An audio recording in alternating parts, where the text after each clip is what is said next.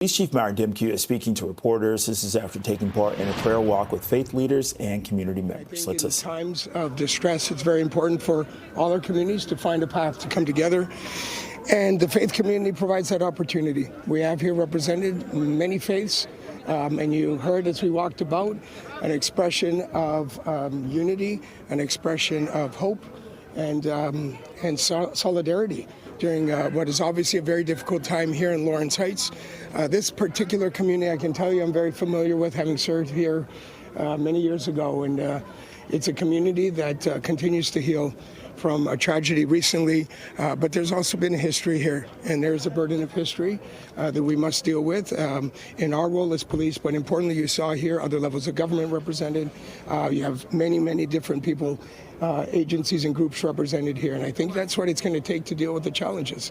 So it is real, it is a tangible expression of support and solidarity as we all work together to make things better related to violence, and in particular gun violence. What other concrete measures, though? It is, as you say, symbolic, even though it's meaningful, but are there actual concrete measures that you can take for the people who are still scarred, especially from that shooting? Yeah, so listen, in this community, we're working very closely with the local city councilor. We had a town hall right here in the building beside us where we listened to the community expressly around the things they wanted to see.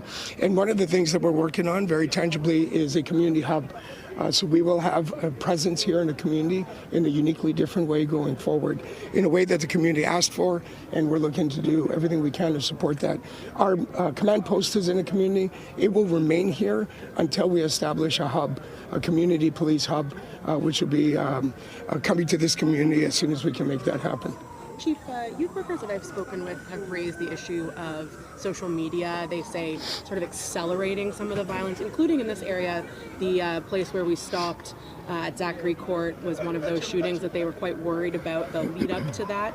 I know you have intelligence services officers who are doing that work, but could you just speak to the challenge that it is presenting in the modern social media age to track these types of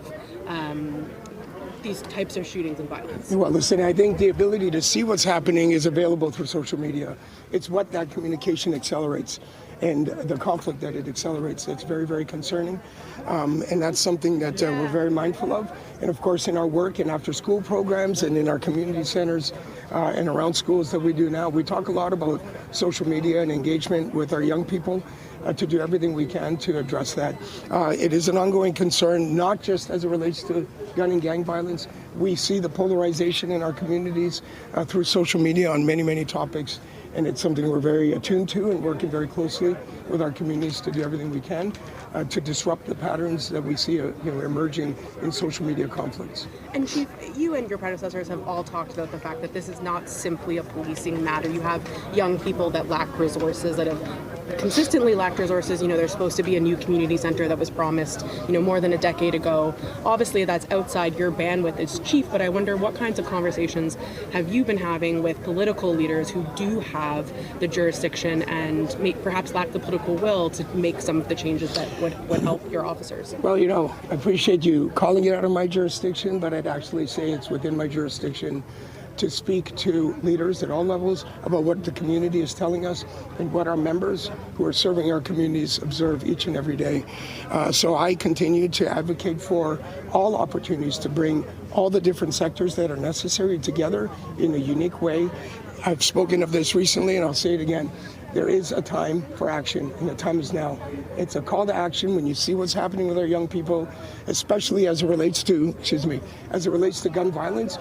The time for action is now, and it is not just the police. It's going to take multiple sectors coming together in a unique way, and I do see that as my role to continue to advocate for that and lead change where we need to and follow where it's appropriate to. Chief, we've been talking to your staff about a list of cases where Crown have forwarded to their superiors about officers who were deliberately untruthful on the stand.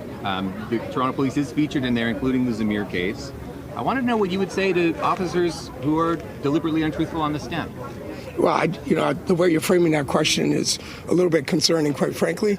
Our police officers work tirelessly day in and day out and serve in an incredibly honorable way, time and time again, each and every day, all across the city. When we do have allegations of misconduct, we do take that very seriously. We investigate it. We cooperate with all investigations, including oversight external to us. So I think I'd answer your question by commending our members who work tirelessly, honestly, and courageously each and every day.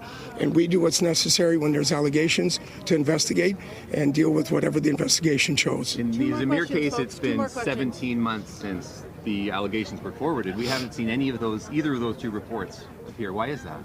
The investigation continues. Why does it take so long? Chief, I know that you say that stats don't tell the whole picture. Crime is down across the city, including homicides. And you've been very integral in expanding the prayer walks across the city. What is your hope for these prayer walks in terms of reducing crime citywide long term? Well, I think the hope is that communities come together and work together to build and rebuild trust where necessary so that solutions can be identified with our communities. We don't police our communities, we police with our communities. And I think these prayer walks afford us a unique opportunity to bring people together in a way that helps rebuild trust where necessary and create solidarity and a shared mission of community safety and well-being. Well, quick follow-up. You say rebuild trust. Why is there a need to rebuild trust? Why is there a lack of trust? Well, there are communities where definitely there's, a history where we have to rebuild trust. That's something we've been very transparent about, and we do everything we can to not only be transparent, open, and honest about that, but take steps to rebuild where we need to. Last question, folks. What about parenting? Some of these suspects are really young, involved in some of this violent crime, young enough that they'd be living at home with their moms and dads. How much of the work needs to start at home? Listen, I think every place where a child comes into contact with an adult is important. Home is obviously one of them. Home, school, community centers. We talk about every contact matters, and we know that it takes one program, one coach, one mentor, one parental engagement, one friendly engagement to perhaps change a path that somebody is on. So yes, parenting, of course, is absolutely important, but there's many other factors to consider and many other supports that need to come together to ensure our young people have the best possible opportunity to succeed. All right, thank you, guys. Thanks, everybody. Okay, so we've been listening live. Chief Myron Demkiw was with faith leaders and community members for the annual prayer walk in 32 Division. He stopped to talk to media to say that it's time to find a path to come together, especially during this difficult time in Lawrence Heights that is working to heal, dealing with gun and gang violence and social media.